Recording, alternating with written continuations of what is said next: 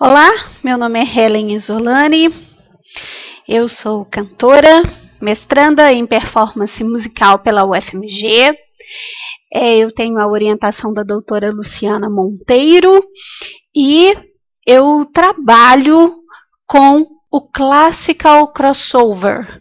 No momento estou fazendo uma dissertação sobre esse tema, o crossover, um levantamento bibliográfico sobre esse assunto. E neste trabalho, nas nuvens, né, eu estou mostrando um pequeno recorte sobre essa ideia do crossover e as subclassificações do crossover. Então, neste trabalho tem o Classical Crossover e um paralelo destas práticas no teatro musical. Eu sou Helen, aqui está uma foto para vocês me conhecerem. Eu trabalho tanto com a música erudita, com a música de concerto, como também as músicas populares, músicas tradicionais, músicas folclóricas, músicas brasileiras, música de câmara brasileira, música de MPB, enfim. Eu sempre transitei pelos dois, né, pelos muitos gêneros da música, né, mas tenho formação na música erudita. Esta é a minha orientadora, doutora Luciana Monteiro. Ela é da UFMG e está me auxiliando na dissertação desse trabalho. Então, os tópicos abordados neste recorte é o significado da palavra crossover, o conceito do crossover, o subgênero do crossover, que é o classical crossover, um dos, né? O paralelo no teatro musical e no final desse vídeo a entrevista com o grupo I Molinari Camerata Musici, o grupo que nasceu em Belo Horizonte, e a música desenvolvida por este grupo é a música Classical Crossover, ou seja, a música de concerto influenciada por outros estilos. Mas no decorrer desse trabalho a gente vai poder ver como que isso funciona um pouco. Então vamos lá. Crossover, definição de crossover. Verbo to cross, que significa cruzar, atravessar. Como conceito, né, o crossover ou o crossing over de origem inglesa é um termo abrangente usado em diversas áreas para designar cruzamento ou junções, misturas entre dois ou mais gêneros e ou estilos, cuja utilização na música oficialmente remete a meados do século XX. Bom, a música ela já trabalha com cruzamentos desde sempre, né? Mas hoje a gente busca uma definição para esses cruzamentos, né? E como que isso pode ser trabalhado academicamente. Então, a gente tem estilos já na música que já são categorizados, mas neles envolvem cruzamentos. Mas o que a gente pode chamar como crossover? O que é realmente isso, né? O que a gente pode definir como um estilo crossover? Então, o primeiro conceito é esse. O segundo, aqui eu vou falar da Sacramento, da pesquisa dela de doutorado. Não tendo sido encontrada uma melhor definição para as práticas de crossover, propõe-se mecanismos de transição de um estilo musical para outro, implicando consequentemente a transição de uma técnica vocal para outra. Então, nesse conceito da Sacramento, da Ana Cristina Sacramento, ela propõe o seguinte: transição de um estilo musical para outro, né? E também ela fala de técnica vocal, porque se nós estamos trabalhando com estilos diferentes, então o crossover trabalha com técnicas diferentes. né? Bom, eu estou aí levantando as questões para a gente ir pensando nesse conceito, na formação desse conceito, né? Então, estamos falando de transição, nós estamos falando de um artista, que pode ser crossover, que pode transitar entre gêneros. Nós estamos falando também de técnica vocal que transita, né, que a gente pode ter como base uma técnica vocal, mas pode fazer vários estilos, né?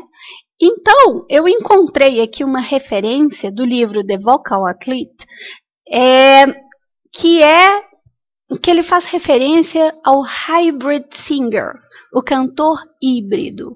O cantor híbrido refere-se ao atleta vocal que possui grande habilidade em executar múltiplos estilos, possuindo uma sólida, ágil e adaptável técnica vocal, a fim de atender às atuais demandas da indústria musical vocal em constante evolução. Hoje a gente sabe que a mídia, ela também é determinante no mercado musical, no mercado fonográfico, né? Então, como que as pessoas trabalham também o crossover? Ele teve também origens mercadológicas para a união de público, né? Então, o que acontece? Isso requer do cantor uma técnica vocal adaptável, ser um instrumento vocal adaptável, com flexibilidade, para poder atender essas demandas, tanto musicais quanto da indústria musical. Enfim, o classical crossover, ou crossover clássico, abrange amplamente a música clássica que se tornou popularizada. Então vamos lá. Classical crossover, um subgênero do crossover, né? Então a gente está falando da música clássica com outro estilo, né? Então a gente está falando de popularização da música clássica e de uma música popular apresentada de maneira clássica ou por artistas clássicos. Então a gente tem aqui o classical crossover de duas vertentes. A música clássica, e entre aspas, né? Quando eu estou falando de música clássica, eu estou falando que música? A música do período clássico? Não. Eu estou falando de uma música de concerto, eu estou falando da ópera, eu estou falando da música sinfônica, né? Da música, é o que a gente chama de música clássica, não só a música do período clássico, mas a música de concerto, de uma forma geral. Então a gente está falando da forma de popularização dessa música, ou o contrário, da música popular, que a gente considera música popular. O que é música popular? É a música que não é considerada a música de concerto, né? A música folclórica, a música tradicional, a MPB, ela pode ser nacional quanto internacional. Então, a música do gênero popular, cantadas por artistas de formação clássica, ou seja, que já tem um sotaque da música erudita, que tem a formação da música erudita. Eu vou citar aqui o trabalho do Pavarotti and Friends, né? O Pavarotti, ele começou esse trabalho, ele fez esse trabalho por 10 anos, né? Era ele cantando a música erudita, o elemento, a simbologia do elemento da música erudita, né, personificado pelo Pavarotti, e com a união da música pop, né, que o Friends, né, aqui nesse CD tem o Sting, Zucker, o Lúcio Dalla, Michael Kamen, Patricia Cass. Aqui ele trabalhou também com outros artistas da música popular. Enfim, um trabalho que durou mais de 10 anos, né? E, então, o estilo também pode se referir a colaborações entre artistas clássicos e populares. Também o Pavarotti and Friends se encaixa perfeitamente como exemplo, né?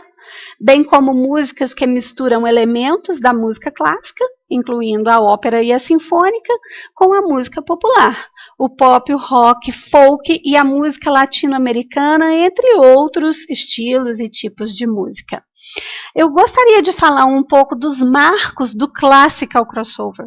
A música Bohemia Rhapsody, o lançamento do dia 31 de outubro de 1975, é um single do álbum Uma Noite na Ópera.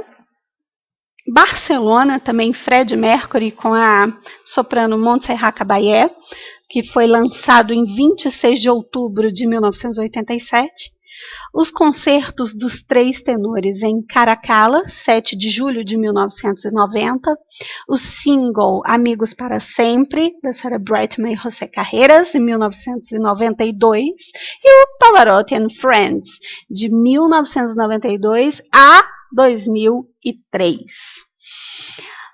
Alguns dizem que a palavra pop é uma palavra depreciativa, para não dizer não importante. Eu não aceito isso. Se a palavra clássico é a palavra para dizer chata, eu também não aceito. A música boa e a música ruim. Esse daí, quem disse isso foi o Pavarotti, né, dizendo sobre que ele não aceitava os chavões, né, que rodeavam a música pop, mas também que rodeiam também a música considerada clássica, né? Para muito o clássico é chato e para muitos o pop é sem importância. Não é isso, né? Tem música boa e tem música ruim.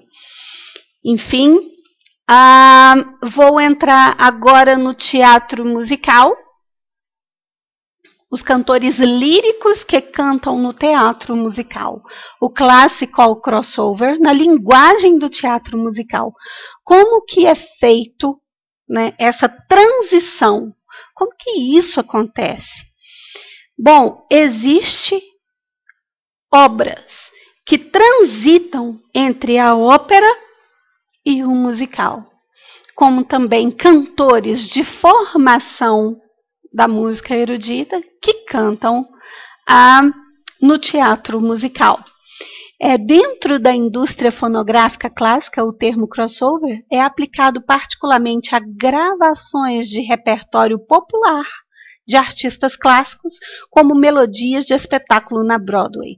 Vou citar o exemplo da soprano Eileen Farrell, que a primeira gravação, né, foi de um disco que chama I've Got a Right to Sing the Blues.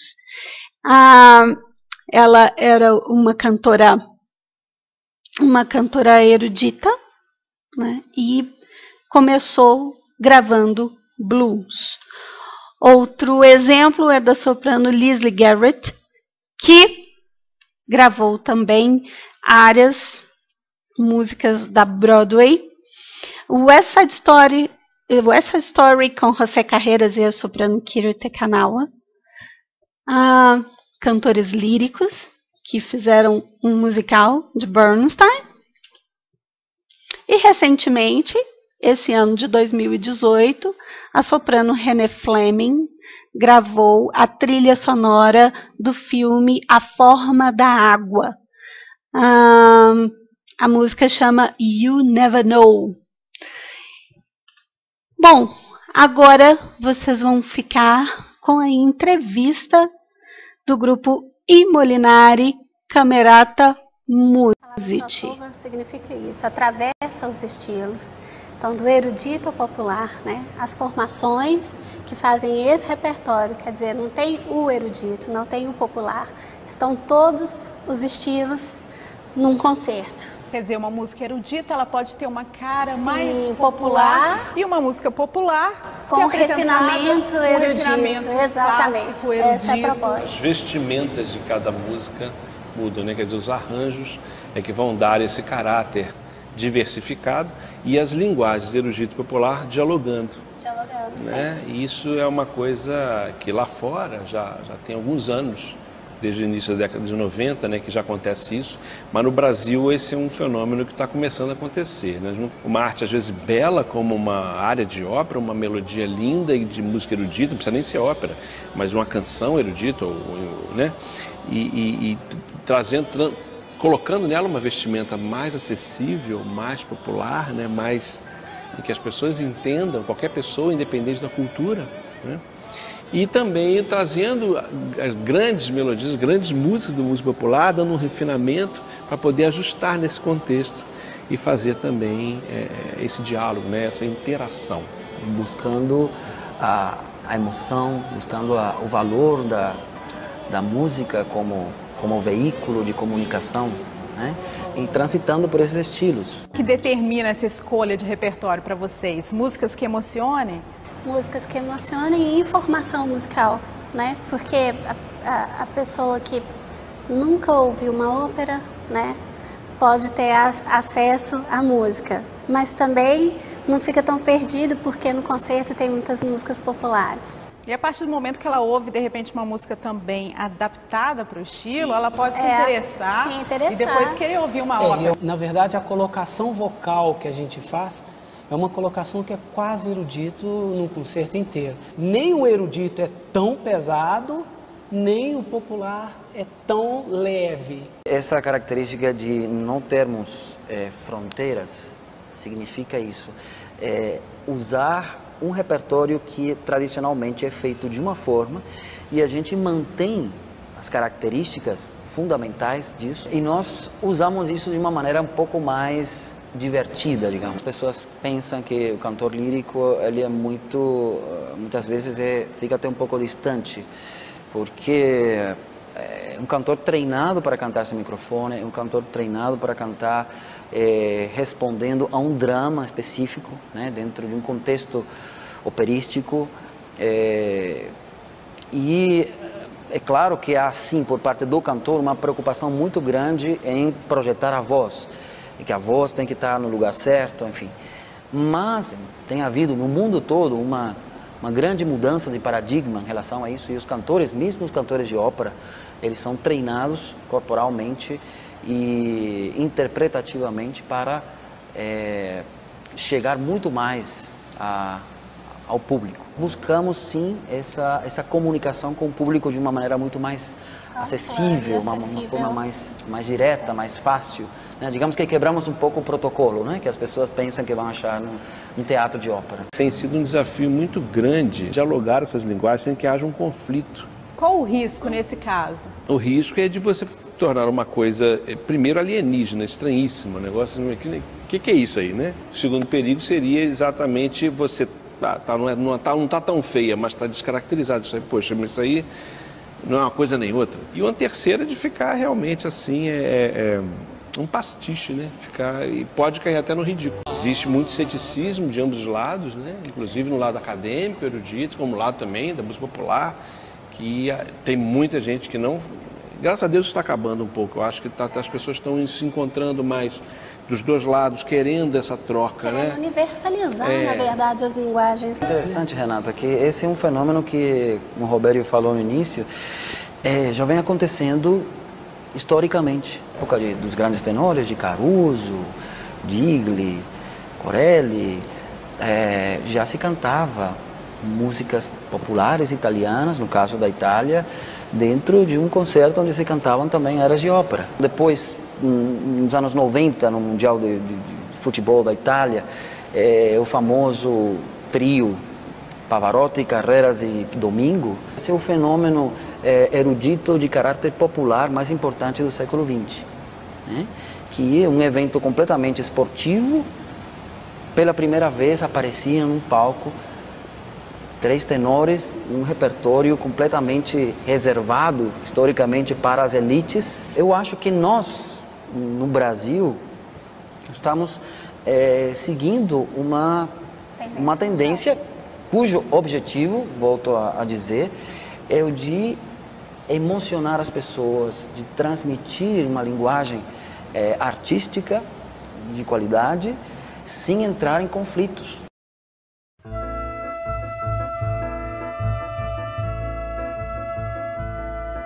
Tonight, tonight, won't be just any night. Tonight there will be no morning star. Tonight, tonight, I'll see my love tonight, and for us stars will stop where they are. Tonight there will not seem like hours. The hours go so slowly, and still the sky is light. Oh, moon, grow bright, and make this endless day endless night.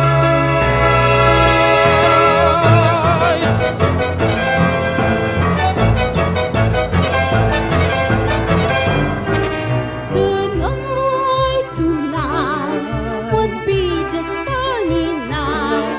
Tonight there will be no morning star. Tonight, tonight, I'll see my love tonight. And for us will stop where they are. Tonight there will not seem like hours. The hours go so slow.